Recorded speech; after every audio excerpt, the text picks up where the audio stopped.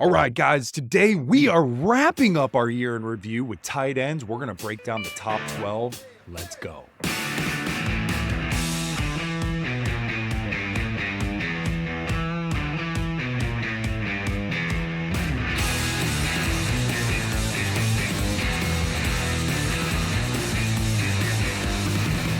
All right.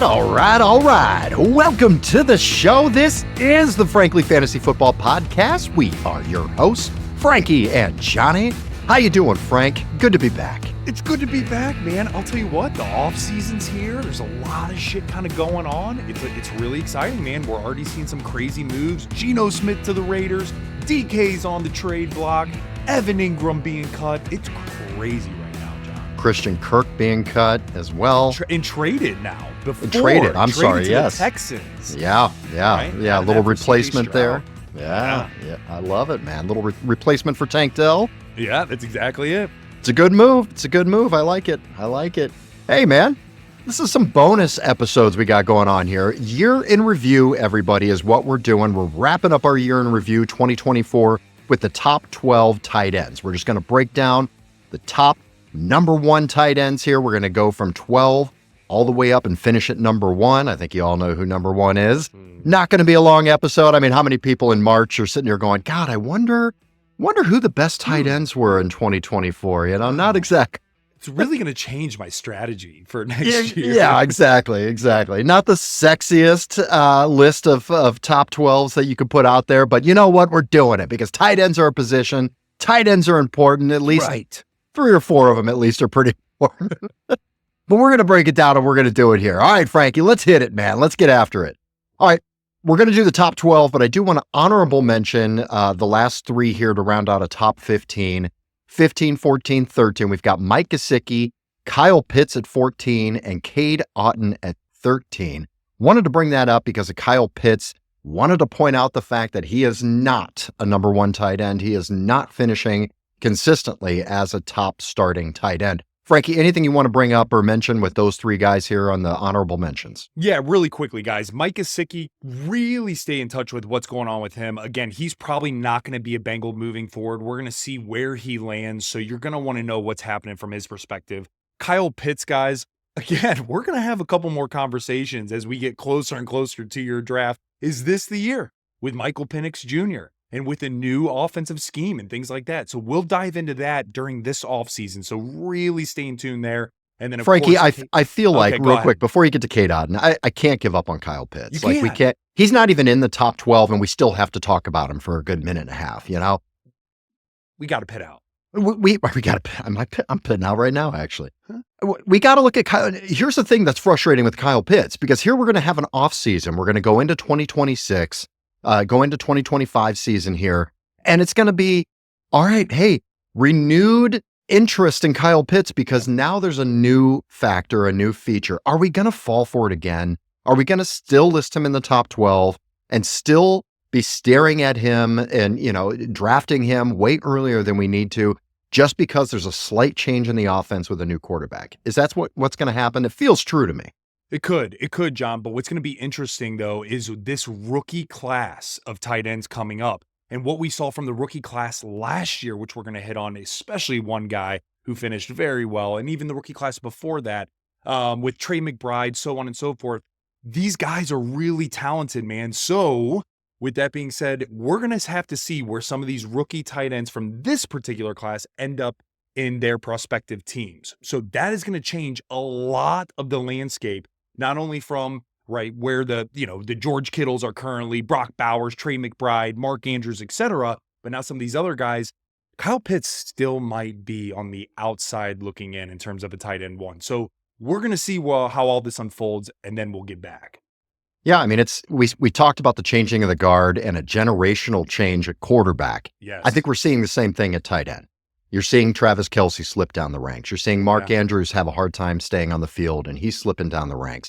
So we're seeing some of these young guys, so Trey McBride, Brock Bowers, Sam Laporta, couple of rookies coming up that we're going to talk about in our first episode next year, coming into the draft here that should have some impact. Very Sam Laporta, Brock Bauer-esque type guys that are being drafted. I think that the NFL has found an archetype for the tight ends that are currently being used.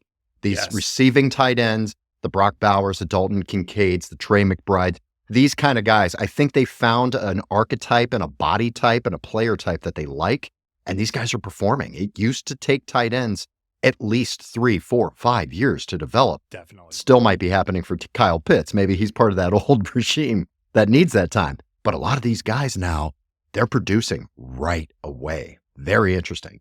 Real quick on Cade Otton. Yep.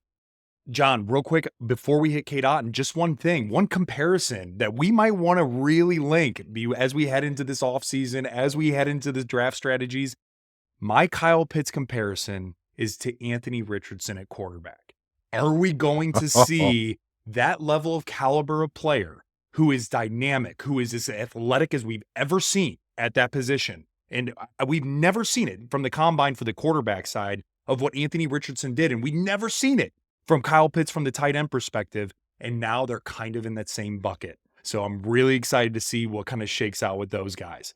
But now, Frank, I want you to clip that. I want you to clip that. I want to see that all over TikTok and Instagram. Baby. I want people on TikTok going apeshit on you for saying that. That's one of those hot takes. You just take. Compared Kyle Pitts to Anthony Richardson. I think you're going to have people in Atlanta pissed off at you. Good. And I know you're going to have people in Indianapolis pissed off at you. So yeah, let's make sure we target those areas when we send that clip out. How about man. that? Oh, I'll definitely do that, especially since Anthony Richardson did so well last year. Yeah, I know. Yeah, I know. Really Jesus. good. But Cade Otton, man, before we get into the top 12, Cade Otton here, John, this is a guy I think could sneak into the top 12. I think without Chris Godwin going on the Bucs again, right? They didn't franchise tag him. He would have been owed about $29 million. They said, hey, we're not going to do it this time. Now, they certainly could re-sign him. That's absolutely a possibility. But as of right now, assume Chris Godwin is not on the team.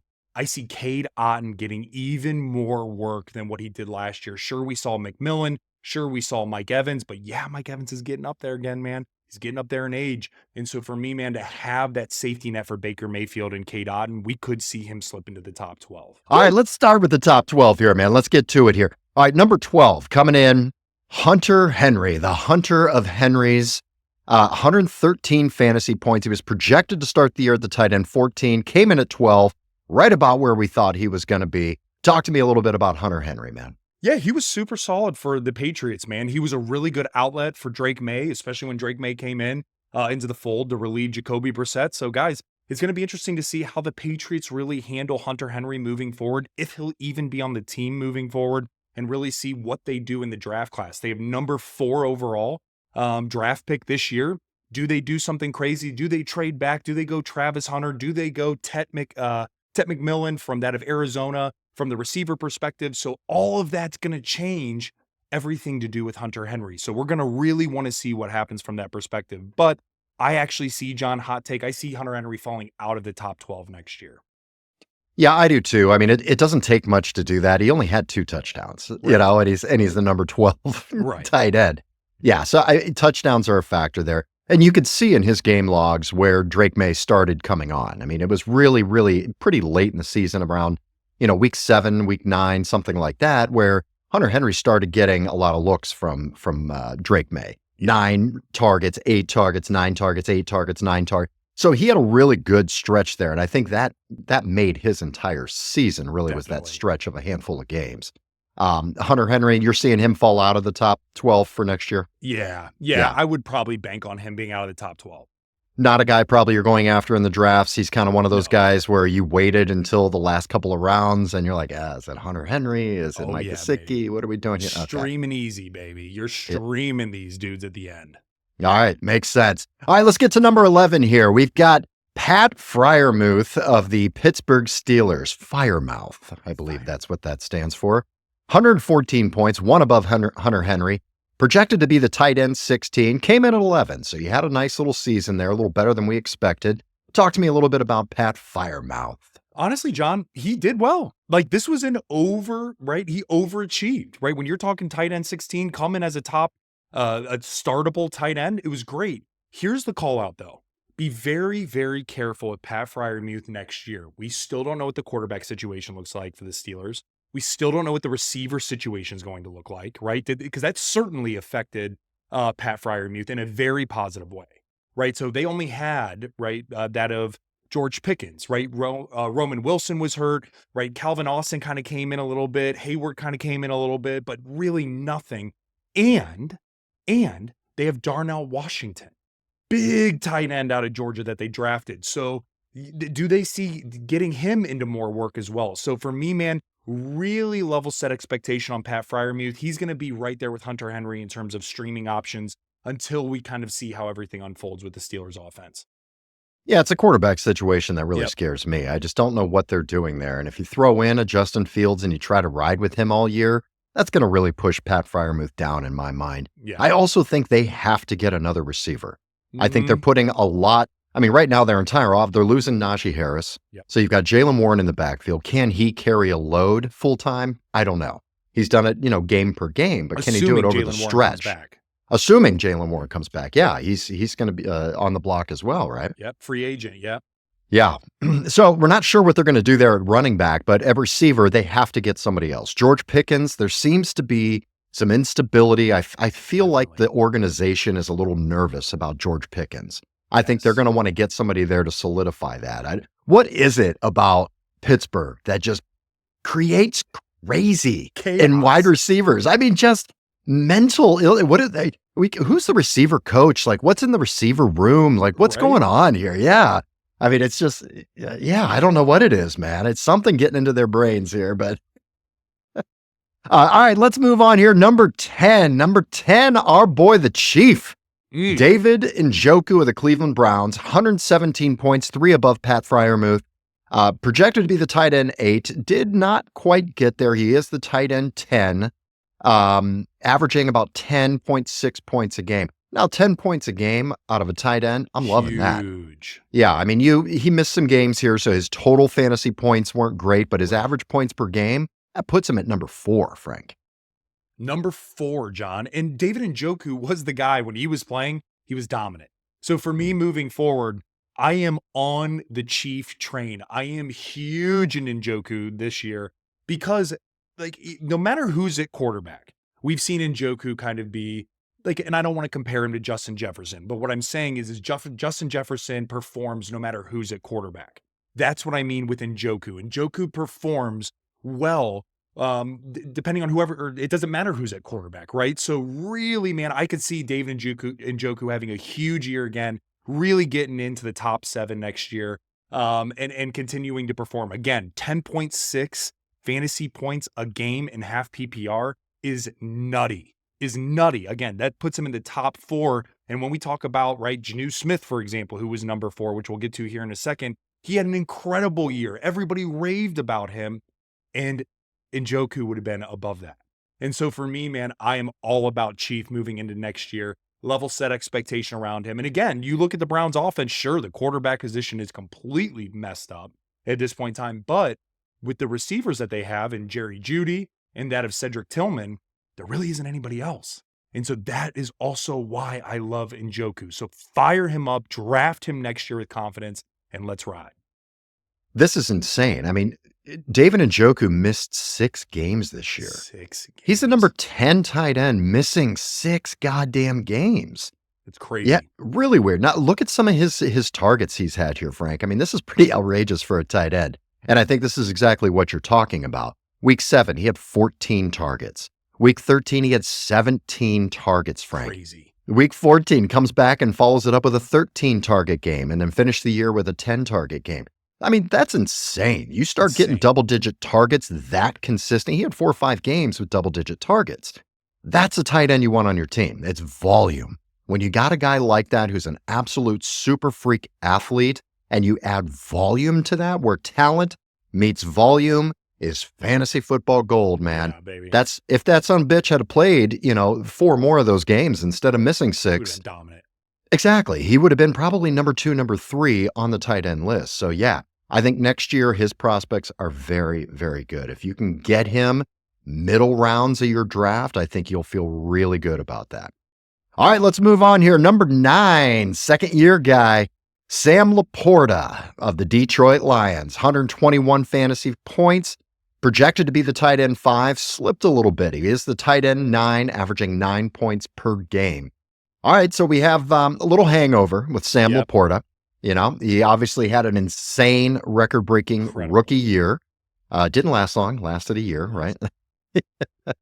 What exactly happened with Sam Laporta this year? It was the evolution of Jameson Williams. That's what it Yep, came down to, guys. This is that's what what it I was was. I hoping mean, for. yeah, Waiting to man. say that. Yeah, because I mean, you look at what Amon Ra. I mean, Amon Ra is in the class of, in my opinion, is in the class of the Jamar Chases, the Justin Jefferson. They're going to get theirs, is what I'm referring to. With Jameson Williams truly coming on and being not only viable, but truly being the second look on that offense, it changed everything. Then you add Jahmyr Gibbs to this offense, right? And then this changes even more so. When Jahmyr Gibbs is now getting even more receptions out of the backfield, that's taking away things from that of Sam Laporta to where now Sam Laporta is being a blocking tight end and not so much of that of a receiving tight end. So all of these things played a part in this. Now, with that being said, I think Sam Laporta is certainly going to get better than what he did this past year. I see him also being probably in the top 7 next year. I would willing to kind of, kind of plant my flag in that. But right now, man, to have Sam Laporta as a second year tight end ending at number 9, I mean, I think that's pretty damn good. I think that you're going to be able to get really solid value for Sam Laporta in your drafts because people are going to look at him like, well, shit, I drafted him in the 5th, 6th, 7th round this year because of how well he performed. I thought I was going to get gold. And now with that drop off, now this is the year you can get some value there. And so for me, man, I really do think Sam Laporta is going to be an easy set it and forget it, get him past round 9, 10, around that range, and you're going to be good to go. Yeah, the Jameson Williams thing, I'm glad you said that because Yep. that is what it is. Yep. Sam Laporta played every game this year. He didn't miss a single game. So there wasn't any of that going on. It was Jameson Williams. And you see that when there's a stud number 2 receiver on a team, it always is going to take away from the tight end. Always will take away from the tight end. I mean, you see the reason why Travis Kelce's dominated so long. They've never had a number 2 receiver, really. Right. They just have guys running cardio, while you've got your one receiver, and then you've got your tight end. And they've got their clear cutout roles on the team. Sam Laporta didn't really have that. This offense likes to confuse people. It's got, Sonic and Knuckles in the backfield. That's going to take away as well. You've got Jahmyr Gibbs, very, very good out of the backfield in the passing game.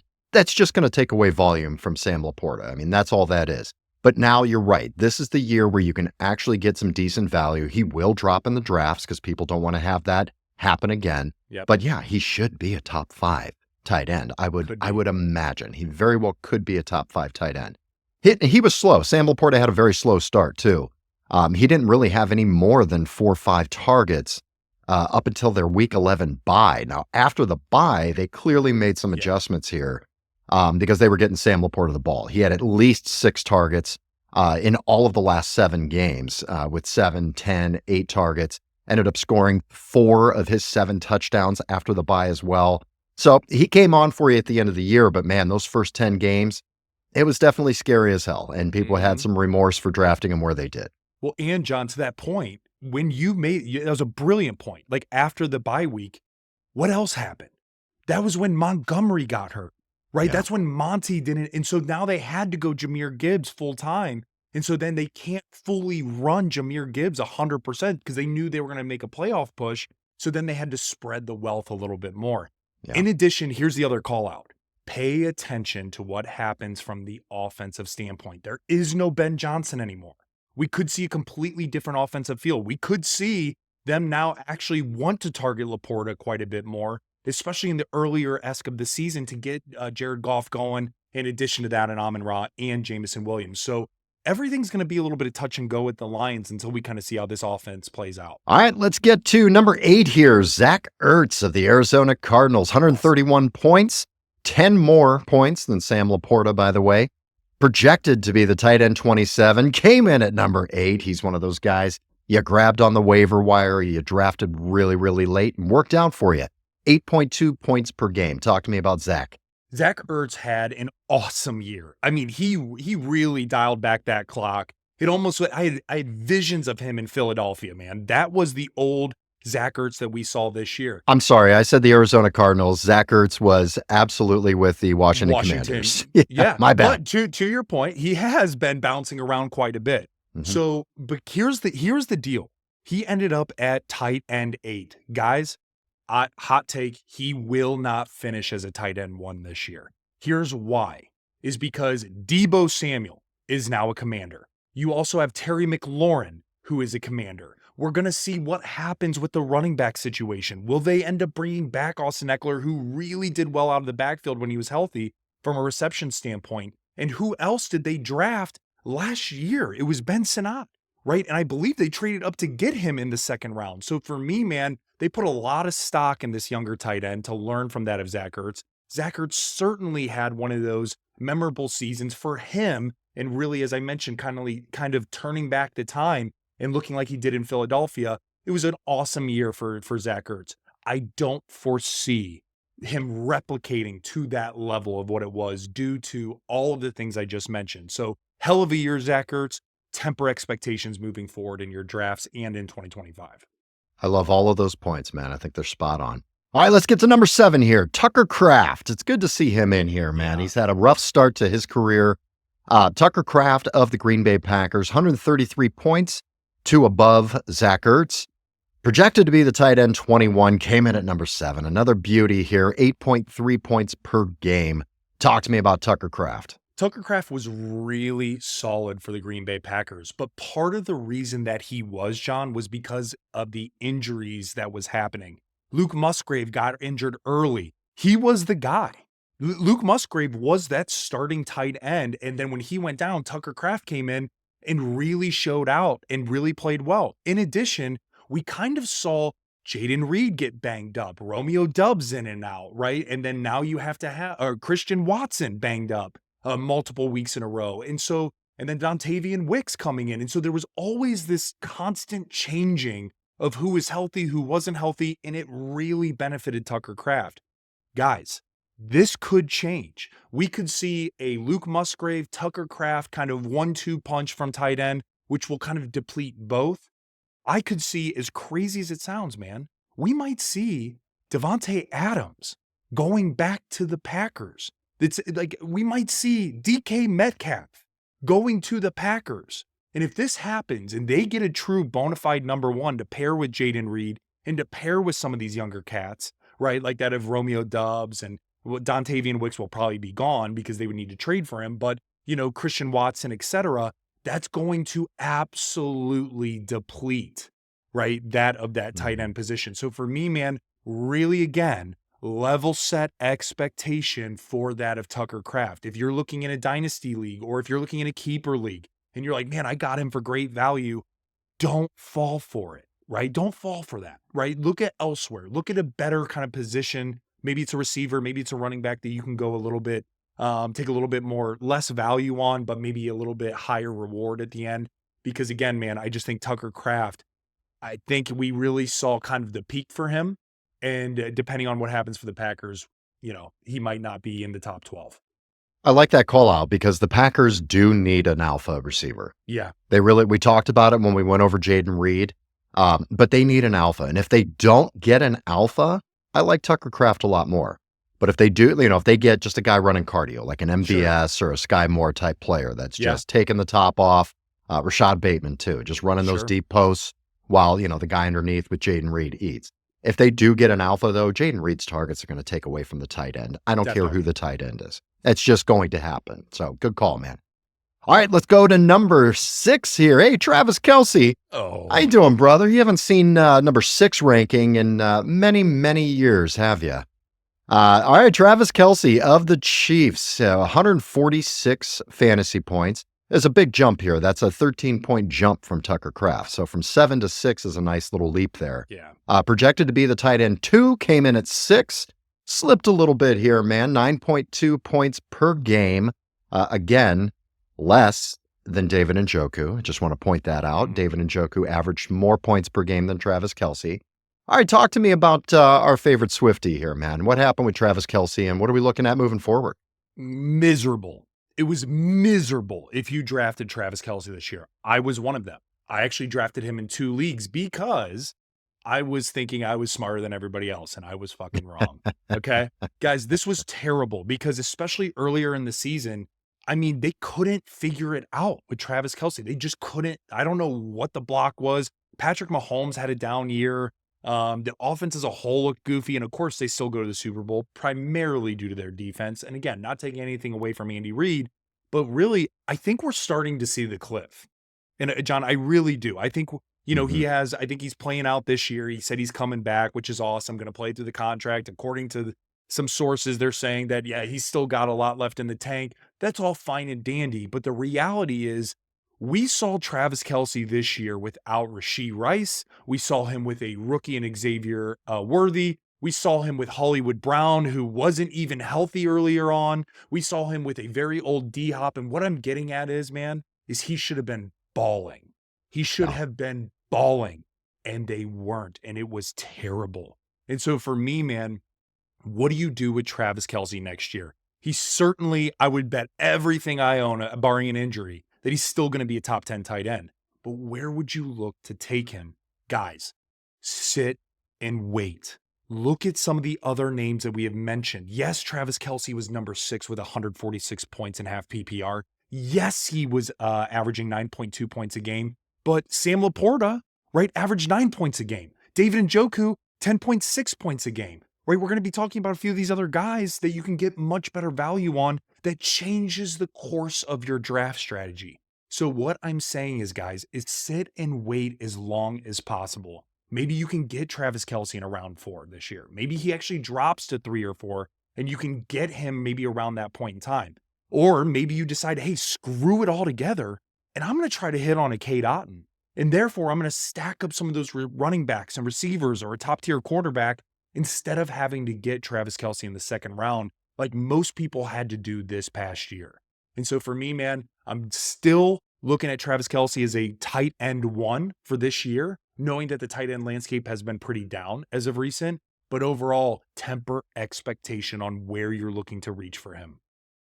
Do you know how many touchdowns Travis Kelce had this year, Frank? Talk to me. 3. Terrible. 3 touchdowns for Travis Kelce.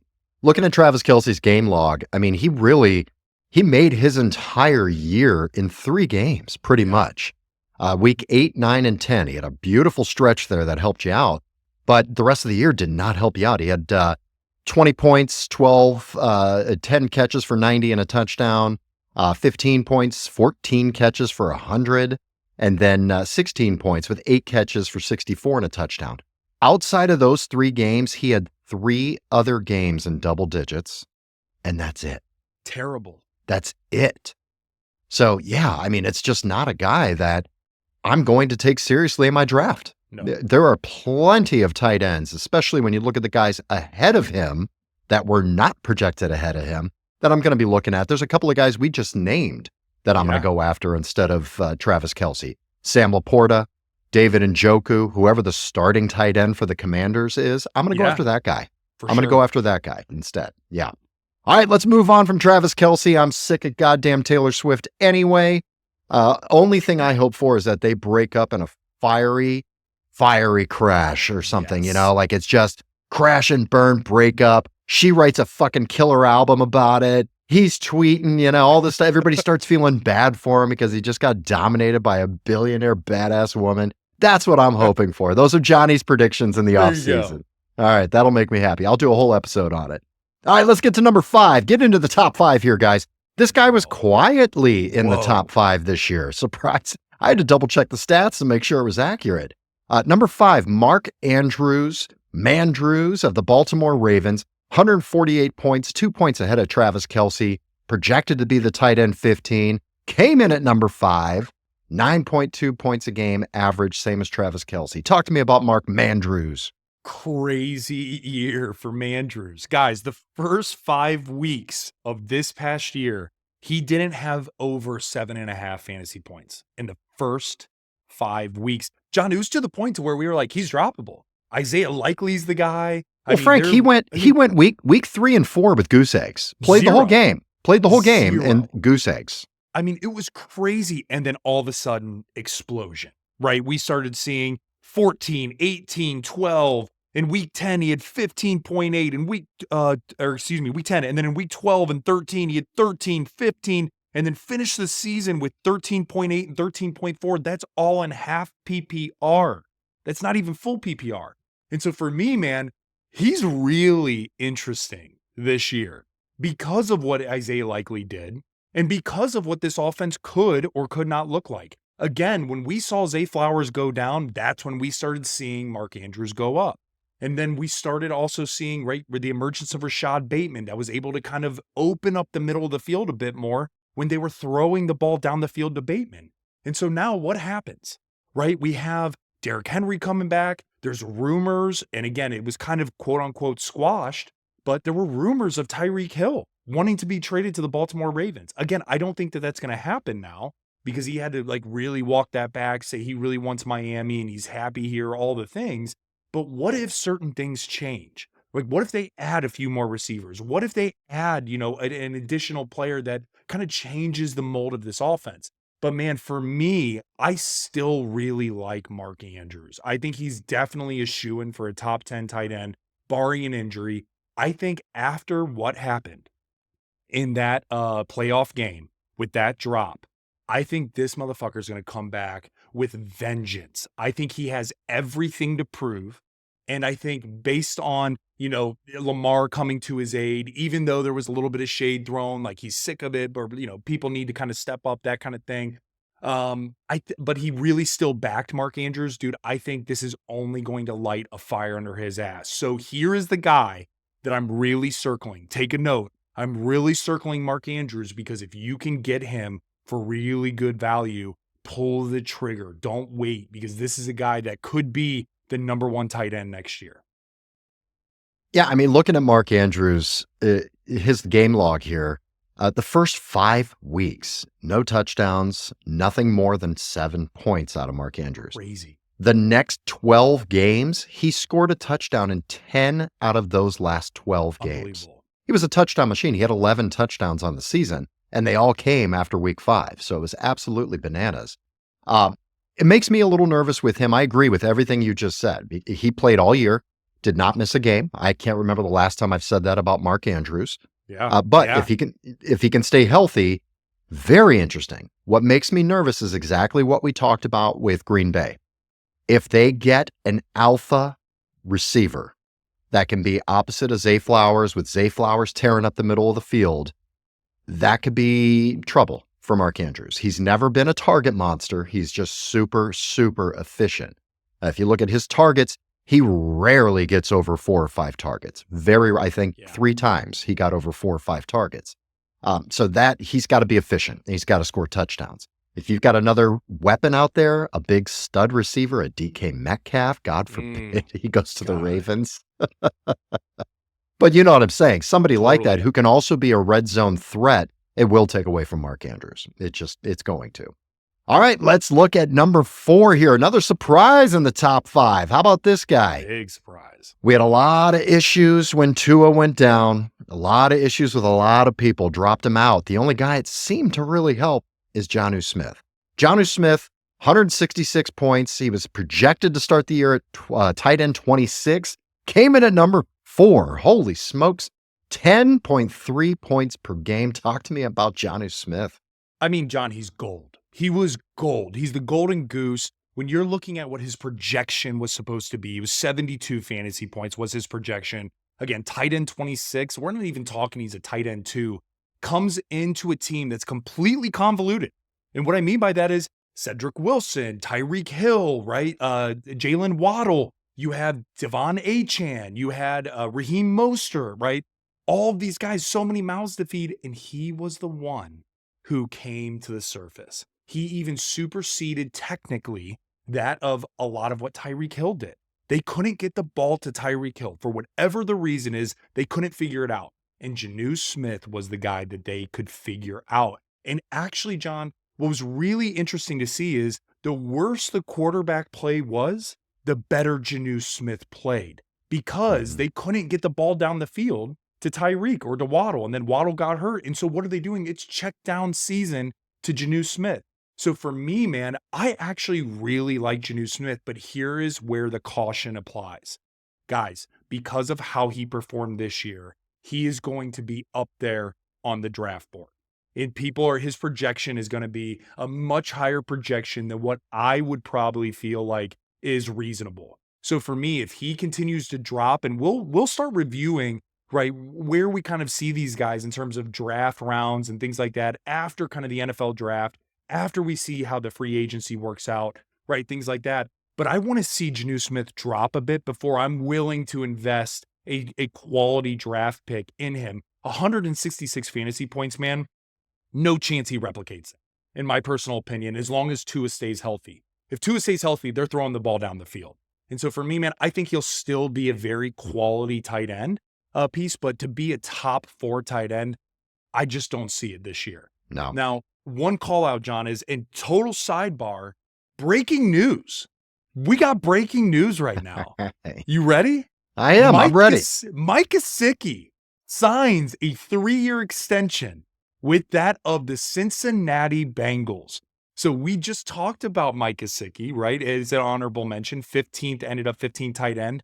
This is interesting. This means they're putting a little bit of stock in him. So Drew Sample's probably off the board for the tight end for the Cincinnati Bengals. Again, they franchise tagged that of T. Higgins. They got to roll out the Brinks trucks for that of Jamar Chase. Maybe we start seeing Gesicki get a bit more involved now that they're signing his extension. But breaking news, 3-year deal going back to the Cincinnati Bengals. Interesting. All right. I like it. Yeah, I'm with you on Geno Smith, man. I mean, without Tua's injury, Geno Smith doesn't even come. He's not even on this list, and we're not talking about him. Right. There's just no way. He had 111 targets. I mean, that's absurd. Crazy. It's absurd. I mean, we just talked about Mark targets. Andrews. Mark Andrews had 69 targets. Geno Smith had 111. I mean, it's just not. He just had one of those freakish years where you had quarterbacks like Skylar Thompson trying to throw the ball. Yeah. They couldn't get the ball to receivers, or Tyler Huntley. Yeah. I mean, come on, man. Yeah. So great job, Geno Smith. He was a wonderful waiver wire pickup for you guys this year, but I don't think we're going to be talking about him next year. All right, let's get to number 3. Now, this guy we will be talking about next year. We got 3 heavy hitters here, man, to round us out. Trey McBride. This guy's of the Arizona Cardinals. 181 points. All right, let's look at, we got a big teardrop here, man, with these 3 guys down to the other guys. We'll skip Geno Smith, but you got Mark Andrews, Travis Kelce, 148, 146 points. Trey McBride's 181. So we've got a big drop here when it comes to the tier system. Talk to me a little bit about Trey McBride. I'm sorry, he was projected to be the tight end 3, did come in at the tight end 3. 11.9 points per game, almost 12 points per game out of a tight end. That's awesome. Amazing. That's awesome. Amazing. John entered his 3rd year and balled out. That's what happened with Trey McBride. As I talked about earlier, man, there are younger tight ends coming into the fold that are truly doing great things. You mentioned Dalton Kincaid, right? I still think he's going to be doing some awesome stuff with the Buffalo Bills, assuming he stays healthy, they figure it out, right? You have Trey McBride, you have Brock Bowers, you have Sam Laporta, right? You have K-Dot, and you have these younger cats that are starting to come up. And here's what's interesting is people were drafting Trey McBride in the 5th round, right? Anywhere from 4th round to the 6th round. And if you got him in the 4th, a lot of analysts and things like that were talking about, that's a lot of stake in a guy like this. But if you did, and you drafted him in the 4th, 5th, or 6th round, it paid off in dividends. He only missed 1 game this year. He only missed 1 game, and that was week 4 against that of the Washington Commanders. And then on top of it, man, to average 11.9 points a game, I mean, that's amazing. I mean, that's a set and forget it. And on top of that, that's a guy that you can rely on to where you're circling the calendar and you're like, it doesn't matter. I know I'm going to get roughly about 12 points from this guy. So moving forward, man, I think it's safe to say this is a guy that you can draft early on and you be really happy with the outcome. All right, let's break down some of these stats, though. I mean, we talked about how crazy it was that Geno Smith had 111 targets. Travis Kelce had 133 targets. Trey McBride had 147 targets. That's crazy. Just a monster amount of volume. Now, here's what's interesting. Trey McBride should have dominated at the tight end position. He should have been the tight end 1 without question. He only had 2 touchdowns, Frankie, and they came in week 17 and 18. That's crazy. Isn't that insane? He was Crazy. the third tight end, finished number 3, and only scored a touchdown in the last 2 games. Absolutely bananas, man. Trey McBride's a star. There were some games in here where he had 16 targets. I mean, he finished your Super Bowl week, for instance. 16 targets. 16 targets, 12 catches, 123 yards, and a touchdown. 24 Crazy. points for you in your Super Bowl if you were in it with Trey McBride. So, yeah, man, I mean, he's just one of those guys that he's everything that Sam Laporta and Brock Bowers are hoping to be. And That John, real consistency. quick, dude, and to that point, after he missed week 4, he had only 2 weeks the rest of the year to where he was under 50 receiving yards. And he only had 2 or 3 weeks, to where he had under 6 targets. Think about what I just said. That's absurd. That's crazy. And in weeks 12, 13, 14, 15, 16, and 17, he had 15 targets, 12 targets, 14 targets, 10 targets, 4, and then 16. Dude is a bona fide superstar. Over 1,100 yards receiving. Crazy. Yeah. Yeah. He gets those touchdowns up, man. And I mean, he's solidified as a top 3 tight end Definitely. year over year. No question about it. All right, let's keep moving here. Get to number 2. We got down to the top 2 here. Now, in our half PPR scoring, this guy got 1 more point than Trey McBride. Just 1. He was projected to be the tight end 1, came in at the tight end 2. I'm talking about George Kittle. Our boy from, I don't know, I always say he's from Huntington, Indiana. I know that's not true, but he looks like he's from Huntington, Indiana. Those of you who know what that is. Yeah. He, how many carburetors has this guy stolen in his life? You know what I'm saying? He's absolutely been kicked out of a Denny's, you know? I mean, he's just that kind of guy. Yeah. All right, talk to me about our buddy George Kittle. Guys, set it and forget it. You draft him with confidence every year. He's still a young cat, even though he's technically age 31, he plays way younger, guys. Of course, the 49ers too. Here's what we need to be thinking about. 49ers landscape. Brandon Ayuk might not be there. Word is that they're trying to shop him and get that off the payroll. They already let go of Deebo Samuel. They traded him, right? Christian McCaffrey, we really don't know what's going to happen with him. I'm assuming he's going to be okay, but we all know what happens when you assume, especially with CMC. And now they got to pay, right, Brock Purdy. And they're targeting 45, 46 million a year. So who is Brock Purdy's number 1 guy? Well, it's going to be George Kittle. And I just think that George Kittle is a guy that you can continue to draft with pure confidence and enjoy the output, especially now that they no longer have Deebo Samuel and Brandon Ayuk is coming off an ACL injury if he is even on the team. Yeah. Well, I mean, he was a nightmare last year when he was on the team. Yeah. So I could see them not wanting to deal with that bullshit. You know, I really do. Well, it's funny because situationally, it's putting George Kittle in the situation that Kelce's enjoyed for the past 5 years plus, since they got rid of Tyreek. You know, just he's going to be the guy. He's going to be the target monster. I could see him split out a lot more as well, since they did get rid of Deebo and playing much more of that slot kind of, even an H-back situation. I could see them doing that with Kittle this year. But yeah, should be really interesting, man. But yeah, he's one of those guys. Set it and forget it. He's going to be a stud, especially now that there's less mouths to feed. I think that's going to be so much better for George Kittle. All right, let's get to our number 1 guy here. Frank loved this guy. We went ape shit about him in our rookie review. I drafted his ass. He's going to be my keeper in one of my leagues. I love this guy, man. Number 1 tight end on the year. Looking at your show notes here, Frankie, it just says Brock fucking Bowers. Right. Okay. 197 points. Another big drop off here. Again, George Kittle, number 2, 182 points. Brock Bowers, 197 fantasy points. Projected to be the tight end 4, which everybody thought was a little crazy. You know, nobody would have said that had Sam Laporta not had the year he had. Right. Rookie tight end, a tight end 4, that's crazy. Dude was number 1 with a bullet, baby. 12.1 points per game for Brock Bowers. Slobber all over him, baby. Take the floor. Oh, I mean, that's how I just oh, shit. That's how I feel with Brock. I mean, he was just gold. And especially, John, it feels so good. We're going to talk about it. Guys, a little plant the seed. We talked about it on the rookie review. When we do our rookie review, you're going to get hit in the face with some good shit. And that's what happened, man. Brock Bowers coming out of Georgia was a solidified bona fide star. You give him the opportunity on a team that was constantly down, right? They needed to throw the ball. They didn't have a very good quarterback situation, right? It was Gardner Minshew, it was Aiden O'Connell. I think they even brought in Desmond Ridder here and there and things of that nature. So for me, man, he played with dog shit and still performed. In addition, yeah, they had Jacoby Myers. Yeah, they had Trey Tucker. They didn't really have a running back that they could really lean on. So they had to figure this out. And with Brock Bowers, man, he is that guy. Now, word of caution. I want to be very careful here. What happens now that Geno Smith is a Raider? What happens now that Pete Carroll, who has been known for a run-first approach, is now the head coach? What happens with some of these changes? Do we see Brock Bowers kind of retract a bit like that of Sam Laporta did? And is it to the level of extent of what Sam Laporta did?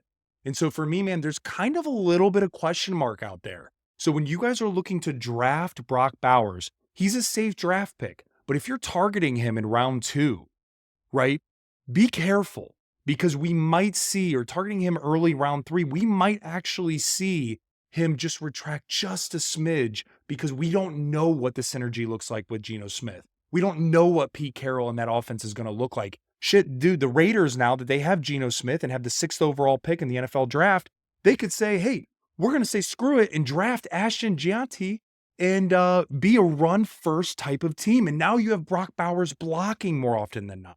So there's a lot of different moving pieces now with this Raiders team. But again, he is a safe choice as long as you're getting good quality value. I agree with you 100%. And let's also learn from the Sam Laporta situation. Let's learn from that. Teams change. Offensive coordinators change. Head coaches change. The entire philosophy of a team can change. And this Raiders team is absolutely, one thing I can tell you for sure, this team's changing next year. Completely. No question about it. It's completely going to be different. They could look at Gianti at running back there. They could also look at an Aaron Jones. They will get a running back. It will happen. And it's likely to be a running back who's going to be a workhorse and get work out of the backfield as well. So it's going to change. They need an alpha also. I mean, rumors of potential Devontae Adams could be coming back. I mean, anything could happen here. It could be a DK situation. You know, I mean, it's very interesting. Did you hear about the trade offer they offered? So, dude, it was Geno Smith and DK Metcalf for Max Crosby. And they basically came out and said Max Crosby's off the board. There's not a chance. And so that's then when they backed into Geno Smith. And there were pictures of Pete Carroll talking with Mike McDaniel, who's the head coach of the Seattle Seahawks, on a plane. And they're like random, like civilian, normal human people like all of us are sitting there taking videos and pictures of them chatting on a plane. And so, yeah, just super crazy. But they tried to do it. And they were like, no, we're keeping Max Crosby. So it's going to be really interesting, man, to your point, to see how this all shakes out. Yeah, I'll be watching it. Like I said, in a 14-team keeper league, I'm keeping Brock Bowers in the 8th round. It's just too good. Have to. You have to be careful where you're drafting him next year. Hopefully, everybody doing mock drafts, hopefully all the analysts out there, let's push Brock Bowers down the board a little bit. Let's not get too crazy. Just a smidge, okay? Give me a 4th round. That would be beautiful. I know it's going to be sooner than that. The guy scored almost 200 fantasy points, but we've seen that before. There are going to be changes, and we have to just be careful. But man, this guy's fun. He's so good. And John, dude, he's so good. And guys, here's an interesting thing. John and I are actually going to do this in a few of the leagues that Johnny has been commissioner of and is commissioner of. Guys, with how down the tight end landscape has been, not only this year, but also last year, we actually did a league. And it was shout out Battle of the Brands. It was really cool. I know we talked about it a few times, but it was multiple podcasters that take this shit really serious. And, you basically do a massive league together. It was really intense. But what they did is they put a premium on tight end. And it was only a slight premium. So it was like 1.5 points or 2 points per reception instead of 1, or instead of a 0.5 point per reception. And then it was anytime they get a first down catch, it's an additional point. And guys, that's super, super cool shit. So if you're thinking about how to kind of make the tight end room a little bit sexier and make it so that there's a little bit more trading going on in your leagues, think about changing that just a tad and see what happens. We're going to try it this year again with a few of our leagues, and I think it's going to be a lot of fun. I agree, man. You got to do something to keep it fun, Otherwise, you don't want to put tight ends in like a kicker category, to where it's like, oh, God, I have to deal with this bullshit again. Yeah, you got to do some stuff to make it fun, guys. All right, that is the final episode of the year in review. We hit quarterbacks, we hit running backs, we hit receivers. Now we just brought you the tight ends, guys. We've got one episode left of the season. We're taking our time and stretching it out here, guys. We want to enjoy. We don't want it to be over. Frankie and I, you take a 6-month break, you come back out June and July, and you get going again. We just want to stretch it out. We want to keep going. We like doing it, But we've got our rookie review coming up, guys. Yeah. This is where we do our first episode every single year is our rookie review. Let's take a look at the new guys coming in. The last episode every year, let's review what we reviewed. How did those rookies we talked up, who we knew very little about and hadn't taken a snap in the NFL yet, how did we do on calling and telling you what you should be doing with these guys, who their comps were? We're going to see all that stuff. And spoiler alert, we did pretty fucking good this year. Pretty good. Yeah, we did. So stay tuned for that episode coming up soon. Frankie, you got anything else for everybody here, man? Guys, don't forget to like, share, subscribe across all of the social media platforms. TikTok is going crazy. Instagram is looking real nice. And of course, I'm going to keep you updated as things come in free agency. I will be posting them on the stories of Instagram, on Facebook, etc. That way you guys have an idea. Of course, you're probably following Adam Schefter. Of course, you're probably following Ian Rappaport. I'm going to pepper in a couple comedic flares to this in addition to that. So, guys, we love ya. Get ready. We are heading for one hell of an offseason. We'll see you soon. May the fantasy gods smile upon you. Bye.